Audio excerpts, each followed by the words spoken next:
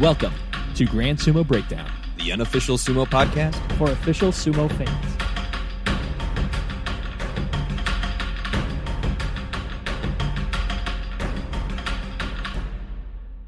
Welcome to Grand Sumo Breakdown. This is Jake, and unlike Highlanders, it is perfectly fine to have more than one sumo podcast. So I thought I would bring in our friend of the show, Blaine Henry from the Fight Library. How are you doing today, Blaine? Jake, my man, how are you? I hope you're well. I hope you're safe. I'm doing great.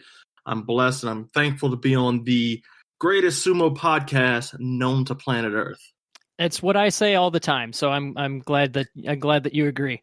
Yeah, we're recording this on January 6th, so I believe this will be coming out the weekend of that week. So I'm sure everything will be fine by then. But today was a wild one for the news. Oh my gosh, it was incredibly insane. This is history, is what we were watching, and the politics and stuff. It is just ridiculous. So it's been a day. Yeah. Well, maybe we'll have to have a further bonus episode someday on the sumo politics of what happened on January 6th, 2021. But for today, I think I would rather talk about the Fight Library and what you do with your blog and your podcast. And as we are both sumo and mixed martial arts fans, we'll sprinkle in some fun anecdotes about some of the hilarious crossover history between our two sports. But first, Blaine, why don't you tell me what is the Fight Library? What's your main spiel? What's your goal with what kind of stuff you do? So the Fight Library started out as a website, podcast, whatever you want to call it, for all combat sports. The idea behind it was that websites suck. Ads are being force-fed to you through a feeding tube, and it's just like, I'm tired of getting everything sold and listened to and this and that. And I like combat sports, so let's nick this in the bud. And you've had websites like The Atlantic who charges you $2 a month. They hold you ransom. You get ads or you pay $2 a month. And I don't like that either. So the website was an idea to be no ads. And I've tried to go back and add ads in the past, and it just doesn't work for me. I'm just like, oh, I hate it. It's ugly. It makes my website ugly. So I also like competition sports and combat sports in specific. So UFC, boxing. It started out with just MMA, then it evolved into boxing, then wrestling. Sumo got thrown in there, kickboxing, Muay Thai. And then I got obsessed, and I'm finding sports like Dambe and Lithway, which are like super niche. But I wanted to tell these athletes' stories, and that's kind of what I set out to do with this. And then I've kind of broken into analysis and breakdowns, like the upcoming Conor McGregor fight. I did a breakdown on their first fight. So it's just kind of like, I want to have fun talking about sports. So that's what it is. And if you're an enthusiast or you're curious and you want to know something new about a fighter you've never heard of before, I think it's the right website and podcast for you. So I think that's part of why we get along so well. Is we're in it for the same thing. We're not in it for that ad revenue. We're not in it for anything except for our own passion for the sports. And I totally respect that. GrandSumoBreakdown.wordpress.com also does not bring in a lot of ad revenue, so I'm in the same boat there. Don't get me wrong. I would cover combat sports for a living. I would go to fights and write about them for a living through a Patreon or through my Rockfin account, which is a new platform. But at the same time, I'm not going to hold you hostage to ads that you don't really want to see and that you're never going to click on. I do have a shop on my website, but everything in my shop I've either watched, read, or listened to. So it's not like I'm feeding you stuff. This is stuff I find interesting, and if you want to buy it, it's linked into my Amazon account, and I get like a small little nothing from. I made 12 cents so far, but I'm over the fact that like, man, I don't want to feed people everything. This garbage anymore. I'm tired of scrolling through MMA Junkie.com and seeing ad after ad after ad. It's really ridiculous. So yeah, speaking of that, I saw that your most recent sumo themed blog post was on. It was actually a book review regarding sumo. So this is The Way of Salt by Ash Warren. Tell me, like in general, when you come across like a book like this, or I'm sure it would be the same if it was a book on MMA or boxing or something. What's your thought process? What's the kind of stuff you like to do when you find a piece of media that interests you? I want to read it. Well, it started off like that too. Like I read books all the time on audio or just reading in general. I'm currently reading one right now called The Young Lions. It's about a guy named Judd Reed. He did the 100-man karate tournament. He fights 100 black belts in one day. So basically what I do is I see these and I can buy a Conor McGregor's book, or I can buy Michael Bisping's book, or whoever's book. But I see a guy, Ash Warren. I had him on my podcast, the last episode 169. He's a small business basically, and I like supporting small businesses. And he was one of those guys. I reached out and said, "Hey man, I want to buy your book. Would you be okay with me reviewing it?"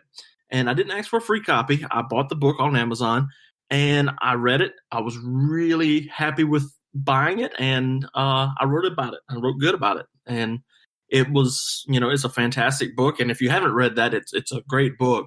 It's not just like the ins and outs of what is a mawashi or something like that. It's about the culture of sumo wrestling within Japanese culture.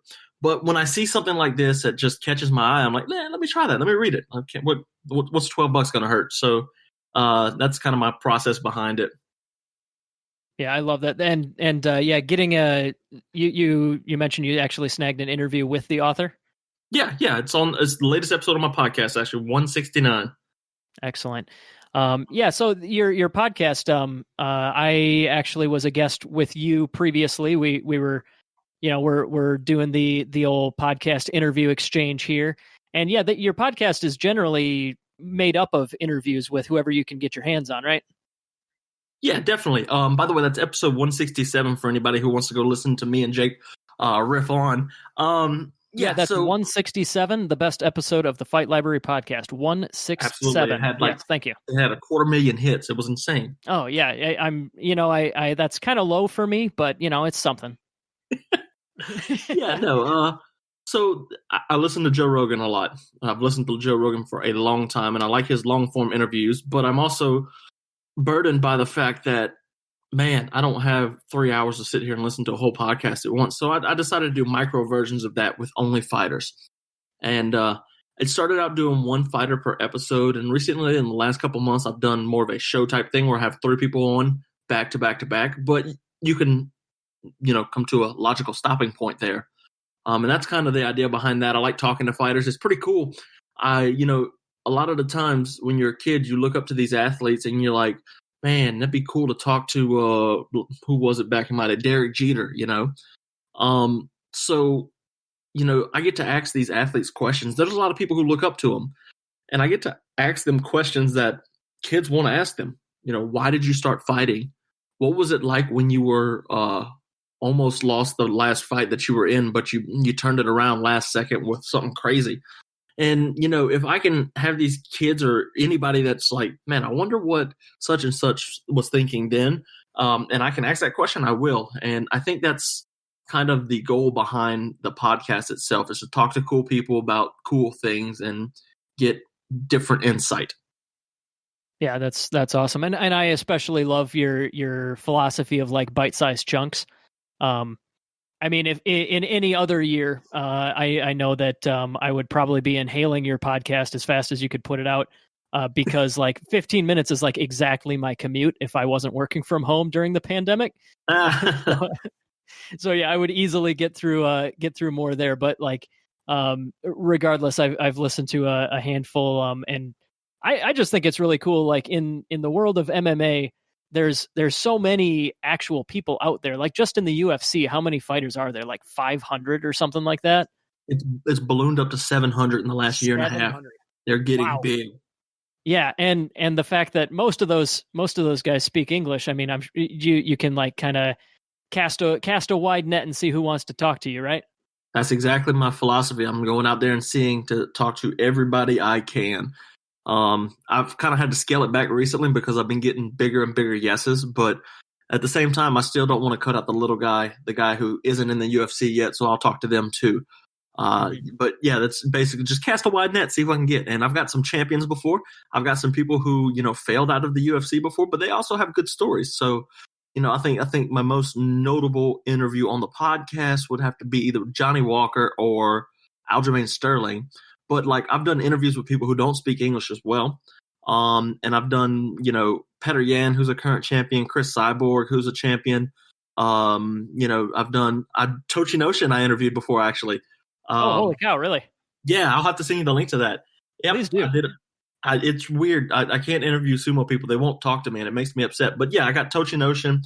I've done just Sambo world champ, anything, you name it. I try and talk to everybody, and I get people from all walks and paths of life hearing their story. And it's actually it's amazing to be able to just sit back and listen to these guys. Like at the start of the pandemic, I got one guy that really sticks out in my head. He's not even a well-known kickboxer. His name is Eder Lopez. And he had to go train in the streets with his coach because the gym was cut down because of COVID. So it's just getting to hear stories like that you wouldn't hear otherwise from a bigger outlet that I feel fortunate enough to be able to listen to and show to the world. Yeah, as a fan of fun narrative in general, I've the ones that I've listened to so far are awesome. I think for me, I'm really enjoying a couple of your articles about sports that I hadn't heard of. Mm-hmm. Your blog has I love this because this is exactly what I was looking for the first time I went here. Right in dead center, front and center on your website, it's got sports. You mouse over it and you got 12 different categories that you can select between. Just not all of them. Yeah. These, I'm sure this is just the biggest, your biggest categories that you wanted to have as easily accessible as possible. But yeah, I like the organization. I like how it's easy to find out more about these other things that fall under the combat sports umbrella that I'm not really familiar with. Yeah, I get some crazy ones on there too. I've done karate, I've done all that, but I think the craziest sport I have on there is called Dambe. It's from Nigeria. It's one-handed bare-knuckle boxing. One-handed. Tell me more about that. Okay, so it comes from I did an interview with a guy who runs a promotion called African Warriors FC, and it's a Dambe promotion, and they do also some folk-style wrestling. And basically it comes from wartime, right? So your hand, whichever one you choose, is the spear, the one you punch with. So they wrap that one up. That's your spear. You can only punch with that one, and you can kick. And then your other hand is called your shield. So you have your shield you can block with, but you just can't punch with your other hand. And it's basically ritualized warfare from centuries of war and stuff. So it's an interesting sport to watch on YouTube. I want to talk to some of the athletes, and that's on the radar for 21 here too. That's super cool. Yeah, I love talking about stuff like that, like where the weird rules of that sport come from. Like yeah. I like judo, for example. My wife did judo for her whole college career. And judo is focused on throws because if you could dump an armored samurai on his back, that impact and that armor is going to hold him down, and therefore that is the thing that needs to be prioritized in that sport. So different warfare from around the world influences the different combat sports, and that kind of stuff really gets me going. So yeah, I'm super interested in Dambe now. I'm checking that out. It's crazy. It's weird. But yeah, why don't you tell me a little bit more about how did you specifically get into combat sports, and as a follow up to that, sumo in particular? Well, okay, so combat sports. What happened was I got dumped by my then girlfriend, and I was down on my luck. I really wasn't into anything but LSU football. I'm from down South Louisiana, and my buddy was real big. He's been into it since UFC 20, which was in early 2000s. So he hits me up. He knows I'm down and out, and he's like, "Hey, bud." His name is Blaine. Also, he's like, "Hey, bud. We're going to watch some fights tonight at Twin Peaks. Do you want to come?" I was like, "You know what? I'm not into fights, but the LSU game is on, so I'll." And you're like, "Well, Twin Peaks. Okay." Yeah, exactly. Okay. You got my ears perked up. Yeah, there we go. Give me some wings, man. So I go and I'm like, I'll watch the football game and then I'll stay for the fight. So I don't know anything about fighting. I don't know who's good, who's not. But then it turns out I go in the first main event I watch is one of the best fights of all time. It's John Jones versus Alexander Gustafsson. And okay, yeah. Yeah. I had no choice at that point. And so I'm watching and I'm on the edge of my seat this whole time. My heart's pumping. I'm like, oh, this is awesome. Yeah.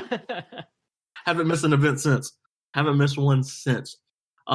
That's awesome. So, Yeah, that is the perfect one to get just tossed into the deep end on. That was a hell of a fight. Yeah, if you haven't watched it, go check it out. But as you can find that on YouTube. It's all over the place. But as for your question about sumo, I always thought sumo was cool, and I thought it was two big guys just running at each other. But then I saw on Facebook one day a clip of Enho doing his thing, and I was like, "Oh my gosh, what is this?" So I started researching. Way more complicated than I thought this sport was. Yes, absolutely. I'm like, "Oh, look at that! That's an arm drag. Oh, he's got a hip toss. Well, this is awesome. This is not two fat guys running at each other in diapers. This is a actual sport, and it takes a lot of practice and skill. This is something new. I like it a lot, and it was at that time I really started getting into a bunch of folk style wrestlings too from around the world, and sumo doesn't really fit into the folk style category, but it's got the same spirit, a unique wrestling rule set. So it caught my eye, and I was like, oh my gosh. So I started watching it. Then I'm like, man, I like this. This is cool. So I keep watching it, and I keep watching. Next thing you know, I'm like, I know who the guys are. I know what the words mean, and I know all this and that. And I'm like, oh, I guess I like sumo now. Yeah. No, that sounds awfully familiar. I love asking that question, just, anybody that we have on the show, but it's so cool how similar yet with different tweaks that same story always is. Like, everybody from just by cultural osmosis knows the basics of sumo. It's huge guys, and they just kind of like run into each other, right? Right. And it's Japanese. But like everybody that I've talked to where they've actually gotten into the sport, I love hearing like which specific wrestler or which specific match or something. There's always somebody, and Enho is a popular answer, I'll tell you what. And that's I absolutely respect that. He is a treat to watch. I've always joked on the podcast that like if pound for pound, which obviously means nothing in sumo, but like in other combat sports you might say pound for pound, Enho's got to be one of the most talented guys out there. If he wasn't working from such a size disparity, it might be a different story for his career. But, yeah, absolutely, and I think it's that underdog story that people love. Like, think about all the other sports movies that's been out there. Cinderella Man, Remember the Titans, Hoosiers, The Sandlot. It's the underdog story that people like. And a small guy out wrestling big guys, even though he hasn't been doing it lately. Oh, man, that's a story everybody can get behind. Oh, yeah. Yep, absolutely. So I take it he's still one of your favorites? Oh, yeah. I won't get to see him. And Hakuho's my other favorite, and he's out too now. So it kind of hurts my feelings again, this spot show. But you know what? It's going to be all right. I'm going to watch it anyway. Yeah, rough tournament for you there. But yeah, anyways, let's see. Why don't we talk a little bit more about MMA in particular? I had this question that I've been dying to discuss with somebody else who enjoys both of these sports. But here's the question that's been floating around in my head for a while, looking for podcast topics. Why is crossing over from sumo wrestling into mixed martial arts such a terrible idea? So you asked me this earlier in preparation for this podcast, and I was thinking about it a lot, and it really bugged me because I think you're looking at the question wrong, Jake. Yeah? How so? So I don't think it's a bad idea to cross over from sumo to mixed martial arts. I think now it would be much worse of an idea, but in the early days, I think sumo wrestlers just took the wrong approach and didn't know what they were getting into. Okay. So these guys, they spend day in and day out doing sumo. They drill constantly. It's absurd how much they drill. They break their bodies down. It's on the level of the top athletes in the world. Okay. Oh, for sure. Just with a layer of insulation on the outside. Absolutely, but they need that mass in their sport. Right. That's right. That's the thing. So I feel like if a sumo wrestler were to decide, you know what, I'm going into heavyweight mixed martial arts. I know how to place my feet. I know some semblance of judo. I know how to drill. Let me go ahead and start drilling some hands, and I can really get in there and cause some damage, okay? So we see this with collegiate wrestlers and Olympic wrestlers all the time, freestyling Greco. They come in there and they get obsessed with their hands because they're already good at wrestling. and they become really good strikers. Look at Yoel Romero. He's a fantastic striker. Prospects like Aaron Pico. He's a great striker. You see wrestlers doing this. I feel like if Sumo were to, like Ishura, for example, he's jacked. I feel like if he wanted to, he could go over and step over and have some moderate success. Now, I'm not going to say he's going to be a world beater champion because he might be too late to start that, but I feel like history shows us they didn't understand what they were signing up for. They didn't realize that, this karate guy is really about to kick my tooth out, which we're going to talk about later. Yes, indeed. I have some historical anecdotes ready to go in the chamber. So yeah, maybe the way I should phrase this is why is crossing over from MMA to Sumo to MMA been unsuccessful so far? So yeah, that makes sense. Like, yeah, these guys they fully understand how to keep themselves in shape and how to drill, to learn techniques and things like that. So I think let's get a couple examples in here. The big one, the elephant in the room. That is such an appropriate term for this for that. But the elephant in the room is Akebono. He's probably the most well-known crossover from sumo into other combat sports. He did a lot of K1. He did a little bit of MMA. But Akebono, from what you know about him, he was 6'8". He wrestled in like the 500 to 600 pound range. He was absolutely top size, like as big as anybody can get. But then he transitions into another sport that is also dependent on being large to some extent. But he's always like bigger than the other guy. And yet, I think, let's see, he's got like one win in his entire combat sports career outside of sumo. So it was so bad. This is, oh my God, this is one of my favorite fun facts, and I almost glossed over it. For a while in Japan, he was known as Makebono, make being the Japanese word for to lose. Yeah, right? Officially, he went 0-4 in MMA, and he went 1-9 in kickboxing. So yeah, let's talk about this though. Like I think there's two factors here that I think are most important. He was born in 1969. So let's see, by the time that he started his actual kickboxing career was 2003. So he was 34. I think that's factor number one. And he faced Bob Sapp in his first ever match. I mean, I'm looking at the names. I forget all of the names he fought. And oh my gosh. To be fair, he did not get an easy slate of opponents. What was he doing? Man, he fought Don Fry as an 0-2 mixed martial artist. He fought Don Fry in 2006. He fought Hoist Gracie. Yeah. Rick Rufus. He fought Remy Bonjasky, which is just as hilarious of a champion. Yes. Yeah, as an 0-4, I got an 0-4 celebrity kickboxer. Let's toss him to our champion. That was a title fight. Oh God, it was.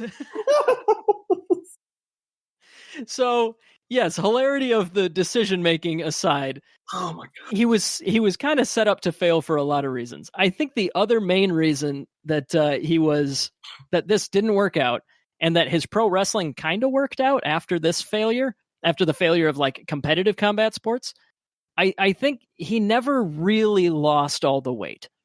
And I think that's going to be a theme that we go across as we bring up other examples. But let's see, where's his actual like competitive combat sports? He's still billed at 500 pounds. Jesus. So yeah, I mean, mixed martial arts, just bear with me for a second here, but I'm going to go out on a limb and say that 3 5-minute rounds is probably a little bit more tiring than 1 15-second match per day, like you get in sumo. You think that you following me there? That's a very fair assessment. Okay. So I think weighing 500 pounds and you got to fight for 15 minutes in a sport that you've only been training for a couple years. I think that's probably the main reason that he was set up to fail. He didn't have the cardio. He didn't have the experience with the stand-up, except for like clinch grappling. I don't know. What do you think somebody at with this frame, this athleticism, he's clearly a top level athlete. He had, all of the pieces put together. What do you think that Akebono could have done differently that might have made his career a little less embarrassing post sumo? Not fight Bob Sapp first. That's a good one. I think you're setting the bar high there, honestly. I know he worked his hands, but not like he should have. He didn't have time to, honestly. He needed to find a coach. But back then when he was doing his thing, there really weren't coaches, especially in Japan. The coaches were all looking for smaller guys. They weren't really worried about heavyweights. And that's what he was a heavyweight. I honestly, there's nothing he could have done. You going up against a guy like Royce Gracie, who invented mixed martial arts, essentially. He was the pioneer. He's the number one head on Mount Rushmore of mixed martial arts. You're not going to beat him.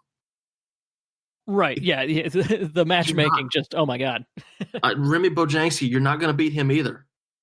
Don Fry, these names are just being fed to him. That's just kind of like, what's going on here? It's kind of, honestly, I use this term a lot when I talk about one championship. And sometimes the UFC, it's predatory matchmaking. Yeah. They're building a name for Bob Sapp on a former Yokozuna's name. Don Fry, former Yokozuna, because he fought in Japan, K1 his whole career, except for his last fight, which was in Rizin, but that's also Japan. Is Rizin, is that basically like the successor to K1, or is it more like Pride? K1's still around. K1's still around. Pride is no more. UFC bought it, but they did a new one called Rizin. It's actually really good. They got some really good kickboxers like Tenshin Nakasukawa, Kyoji Horiguchi's a MMA fighter there now. They got a bunch of really good names, actually. They got Osuna Arashi. Yeah. Yes, definitely. Osuna Arashi, the next not success by any means, but the next story that I want to talk about, I suppose, as far as sumo crossovers. He just fought Bob Sapp. Let's see, I'm bringing that one up now, but that was within was that New Year's 2019? 2018. Yeah, here we go. But yeah, so Osuna Arashi kind of left. I think he may have had a better shot than Akebono. Osuna Arashi's much smaller than Akebono, and he left sumo at a younger age because he left due to a scandal. Akebono kind of left because, in his early 30s, that's generally when your sumo career is winding down. Right. But Osuna Arashi, 6'2", and he was billed at about 350 pounds. So he had 150 fewer pounds weighing him down for his mixed martial arts. He weighed about as much as Bob Sapp. Which is still a lot, to be fair. Yes, Bob Sapp's ridiculous. But yeah, I think it was a very strange decision to just throw these guys into Bob Sapp for their first match. But I suppose you kind of want to capitalize on the celebrity of having a high level sumo wrestler go into your kickboxing or your MMA promotion. Japan loves Bob Sapp too. That's one thing that I know. They love Bob Sapp for some reason. He's not very good anymore, but he's still getting fights. Or he was for a while. I don't think he's got one in a good little minute. But yeah, people love him. I don't know why, but they do. It looks like Osuna Arashi was his last fight. Wow, it was. Okay, yeah. And before that, it had been about a year or so since he started. Yeah, man, he started out like a beast. And if you know who Bob Sapp is, or if you look up a picture of Bob Sapp, he looks like a Japanese movie monster. He's a big boy. But Bob Sapp famously says when he's talking to promoters and stuff to get him in a fight, it's like, look, I'm going to be honest with you. I'm going to give you one round. That's all I got. That's a man who knows what he's good at. Yes. Oh, man. I'm curious. I don't think I was scanning through his record to see if there were any other sumo wrestlers on it, but I think that's it. Anyways, but yeah, Osuna Arashi, I think he was set up for a better potential combat sports career, but given that it has now been like a year and a half since that happened, I don't think that's something that he's continuing to pursue. Yeah, everybody got a plan until they get punched in the mouth. That's Mike Tyson saying, and it's great. And some of these guys, they get in there and they don't like it. Like you see it with the YouTube boxing. A lot of these YouTube guys don't like getting punched. So, yeah, I mean, that's probably it. He's, I think he could translate well. Like I said earlier, he might be taking time to work on that, but who knows? Yeah. So let's see. There's two more very silly stories, and then there's one kind of cool one that you mentioned that you hadn't heard this one. So I'm kind of excited to tell you as well as telling our listeners about this story. But let's start with the early UFC. So we're talking like what, 1993-ish? Yes, 1993. I love this story. So yeah, it happened at UFC 1 and almost identically at UFC 3. But in the early days, the whole gimmick was, let's see what the best martial art is. And the Gracies did a spectacular job of marketing the rule set in such a way that it looks like Brazilian Jiu-Jitsu is the best. Haha, great. Come to our school and pay us, right? That's exactly how they did it. It was brilliant marketing. Actually, it was set up by them. Yep. But regardless, the way that they set it up was, let's get a bunch of guys from a bunch of different martial arts. Let's get one guy who's got one boxing glove on. And you know what? Let's throw a sumo wrestler in the tournament here too. I don't know, man. In hindsight, yeah, it's definitely different in hindsight. But at the time, if I had been my age right now in 1993, this would sound awesome. It did sound awesome, and it was awesome. And I think so. It was like the setup was set to pit martial arts against each other, right? And they did it successfully. So sumo has this very unique tie to the UFC. Sumo wrestling is integral and is the very first UFC fight in history. Oh, wow. It was the very first fight even. I did not know that. That's cool. Gerard Gordeau and Tulia, I forget how to say his first name. I believe it's Taylor Tully. Tully, yeah, that's right. And they square off, and he didn't know what he was getting into with Gerard Gordeau, honestly. Gordeau was a savate, which is French kickboxing. And he comes in and gets kicked in the head, and his tooth goes flying. I was scrolling down Wikipedia. So it took him 26 seconds for that to happen. Yes, the very first UFC fight. And everybody's like, holy crap, what did we just watch? Was this a murder? And he basically was like, I'm done. He got punched in the face a couple times. He's like, I'm done. I'm out. Also, a side note, I interviewed Gerard Gordeau because he went on to the finals to lose to Royce Gracie. I interviewed him. Him and Royce are still real good friends. Very cool. Yeah, that's a cool little side note. But yeah, so they have a very, very, I don't know, like, it's just wow. It's bound to the UFC's beginnings, I guess you would say. UFC doesn't have anything to do with sumo aside from Lyoto Machida, but the beginning of the UFC has a lot to do with sumo. Yeah, and the idea that if you're going to bring in different martial arts to compete against each other on that kind of grounds, it's very obvious that the sumo wrestler is going to be one of the most visually appealing types of martial artists to bring in. So I think that's part of why it happened again at UFC 3. Yeah, and if you go back to Royce Gracie taking on Akebono,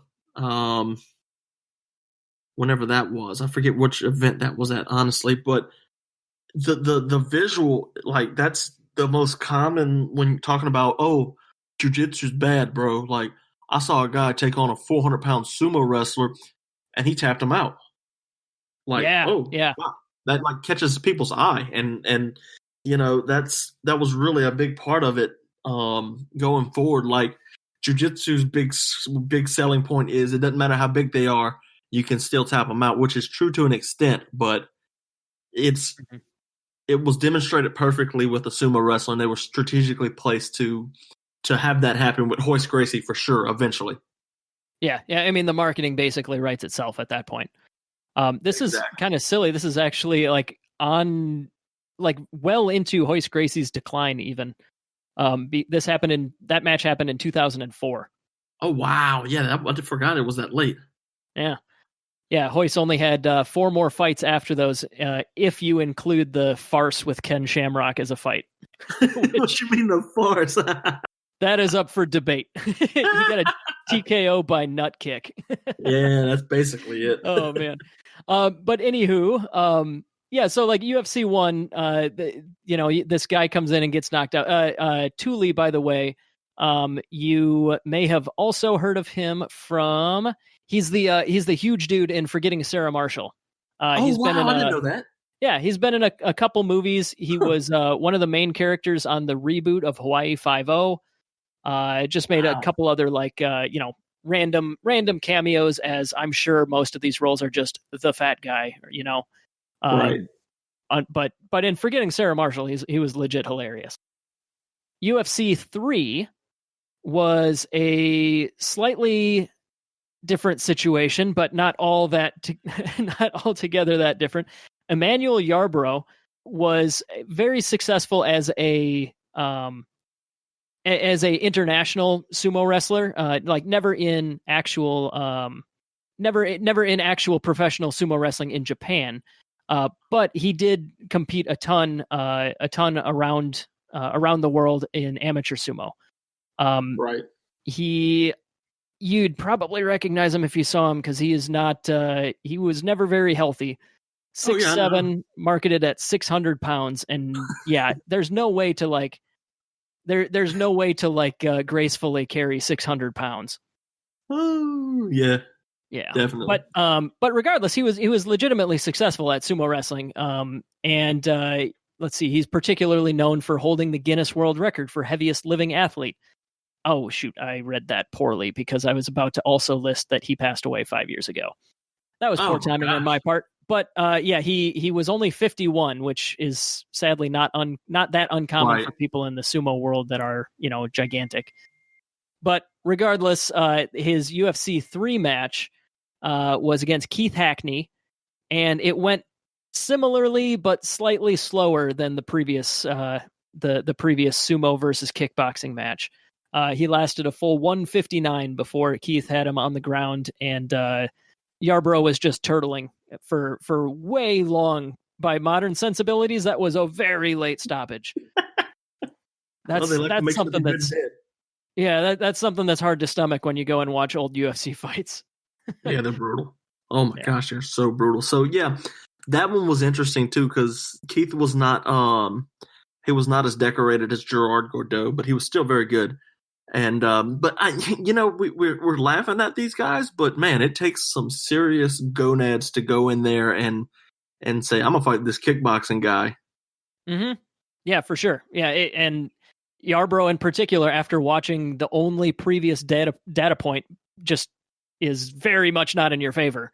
But yeah, both of these stories, though, part of the issue is that these guys, they were fighting as a sumo wrestler fighting in other sports. They weren't transitioning into those sports full time as this is now the thing that I am. And I think exactly it. I think that's probably the biggest thing at stake here, or the biggest point that I'm trying to make. And yeah, yes, we're laughing at these stories because they are kind of funny. They're very funny. But there's one story that I would consider somewhat a success. And that's the one that I wanted to get into, our last little quick story here. And this is a guy that we covered way back in the early days of GSB. And by far the most successful mainland North American to ever compete in professional sumo. This would be Henry Miller, a.k.a. Centauryu, which Centauryu, the Shikona, his ring name, it means fighting war dragon, which is just unbelievably badass. But it's also a Japanese approximation of the town where he grew up, St. Louis, Missouri. But yeah, it's just a coincidence that the town he grew up in is fighting war dragon in Japanese. But no, regardless, he was the first ever wrestler from the U.S. mainland to reach the top division in sumo. His sumo career went from 1988 until 2003. He didn't make a huge splash in the top division, but he stuck around in Makushita and Juryo, the second and third tier of professional sumo, for quite some time. He won a couple tournaments in the lower divisions, but he only spent a couple tournaments of his full career in the top division. Regardless, it doesn't take much to be the most successful U.S. mainland sumo wrestler. So he's got that record. But there is a specific story here that I think is super cool. Sentoryu that's the name that he wrestled under when he went into mixed martial arts, and his career in mixed martial arts was from like 2004 all the way up until 2013 was his final fight. So he wrestled most of the guys that he fought a lot of guys that had Wikipedia pages, which is kind of like the baseline for does this guy mean anything as an opponent? But his most notable fight here was against another former sumo wrestler, Wakashoyo. Wakashoyo, a Japanese wrestler who was a little bit more successful than Sentoryu. He made it all the way up to Komusubi, one of the top ranks. But I think most notably here is there was one particular match when both Sentoryu and Wakashoyo were on their way up. They're on their way up in sumo, and they're both in the second division. They're in Juryo, and Wakashoyo and Sentoryu face off. Sentoryu's injured, and he, for the rest of his career, blamed Wakashoyo for that injury. So therefore, K1 Kickboxing is like, I got an idea. Now that these guys are both retired, and they both want to go into combat sports, let's put those two against each other. That's brilliant matchmaking. It's, as far as I can tell, and this is an extremely difficult thing for me to search for. I've tried a lot of different ways, but as far as I can tell, this is the only time Sekitori, which is top two divisions of professional sumo, the only time that two Sekitori have ever faced off in combat sports outside of sumo. And Sentoryu gets his revenge. New Year, it's a Christmas show, 2010. Sentoryu knocks down Wakashoyo 3 times in a round in only a minute and 10 seconds. And then boom, there you go. He's avenged his greatest loss. I think that is just hilarious. That's an amazing story. That is an amazing story. They should make a movie about that. That would be awesome. You know what? They should. I've seen a couple interviews with Sentoryu. He's a pretty charismatic guy. He seems like a lot of fun. Guess who I want to be now? Yeah, go for it. I'm sure he's. Let's see. He's. Yeah, they don't really have anything on him post. Post kickboxing career. So like that's the last 6-7 years or so. But regardless, though, he did end his career with 1 win and 2 losses in kickboxing, 6 wins and 16 losses in mixed martial arts, which of the guys that we've talked about today, he's got more wins in either of those sports than the rest of them combined. Combined. You're absolutely right. Yeah. As far as guys that... Go ahead. I said, I love that story. That's so awesome. Oh, man. One of my favorite sumo stories. For his 6 wins, though, they all came within his first 15 fights in mixed martial arts. He lost his last 7, as is not uncommon in mixed martial arts for any type of career. But regardless, it was by far the most successful sumo to MMA transition, and for that, he's always going to have a place in my quick draw sumo fun stories drawer. I don't know if his record will ever be beaten either. That's a good point. I don't see sumo stepping out like that anytime. Oh, well, anyways, let's see. The only other thing that I wanted to bring up for sumo and MMA was Lyoto Machida. It's mentioned every time Joe Rogan comments on a Lyoto Machida fight, for sure, at least a couple dozen times. But he has some sort of background in sumo. Do you know anything more about that? You can find some videos of it online. He really just trained it for a little bit. It wasn't nothing major. He was never trying to be a sumo wrestler or anything like that, because he had been practicing karate and stuff like that since he was a kid too. I think he just took an interest in it, honestly. Machida sounds like a Japanese name. I've always thought it was. He's Brazilian. So, but yeah, you can find videos of him on YouTube doing some sumo and stuff. Speaking of that, I mean, they've had sumo wrestlers take on Anthony Johnson, I believe it was, who's a monster. He's huge. And it's funny to watch because he's trying to push this guy. And, he just, no love. It's beautiful. Doesn't work. It's if you're familiar with amateur sumo, there's a search for Anthony Rumble Johnson versus Yamamoto. There's a video from looks like February of 2020. This guy is commonly known as Yama. He is I think he still holds the record for the biggest Japanese born sumo wrestler ever. But that guy Yama, he's a big deal in United States sumo now. He's tied to the US Sumo Open and the guys that run that. Really? So he's a name that you'll see pop up occasionally if you're looking at sumo related stuff that happens in the West. There's a match where Anthony Rumble Johnson, one of the biggest MMA fighters, like overall, he's the hardest puncher I've ever seen. Yes, yeah, he's definitely like, if striking was involved, it would probably go similar to UFC 1. But if we're stepping the other way and having a mixed martial artist in sumo, it is similarly as competitive. Right. It's awesome. I loved it. Yama every second of it. I was laughing. Oh God, yeah. It's just as funny. It's just it's less sad because nobody gets knocked out and gets any damage from that. Exactly. But Yama lifts him up with a wedgie, like a high school bully. It's silly, and it was purely promotional stuff, and that's all it was. But it was it's just as non-competitive as going the other way around. And it worked. He got the win. Yeah. I think didn't Curtis Blades also do something recently? He was going to be on that card, the same card as Rumble, I believe.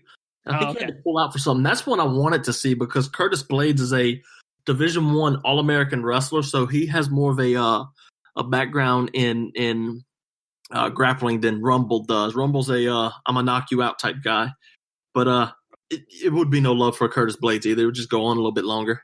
Yeah, he might hold his ground for like a couple seconds extra and like not be lifted quite as high off the ground or something. But yeah, absolutely, I'd love to see that too. Just as as one of the largest men, even if Rumble certainly hits harder than Blades, but Blades is definitely larger, so that would have been more Rumble fights at 205 and Blades weighs in regularly about 265. Yeah, that's funny.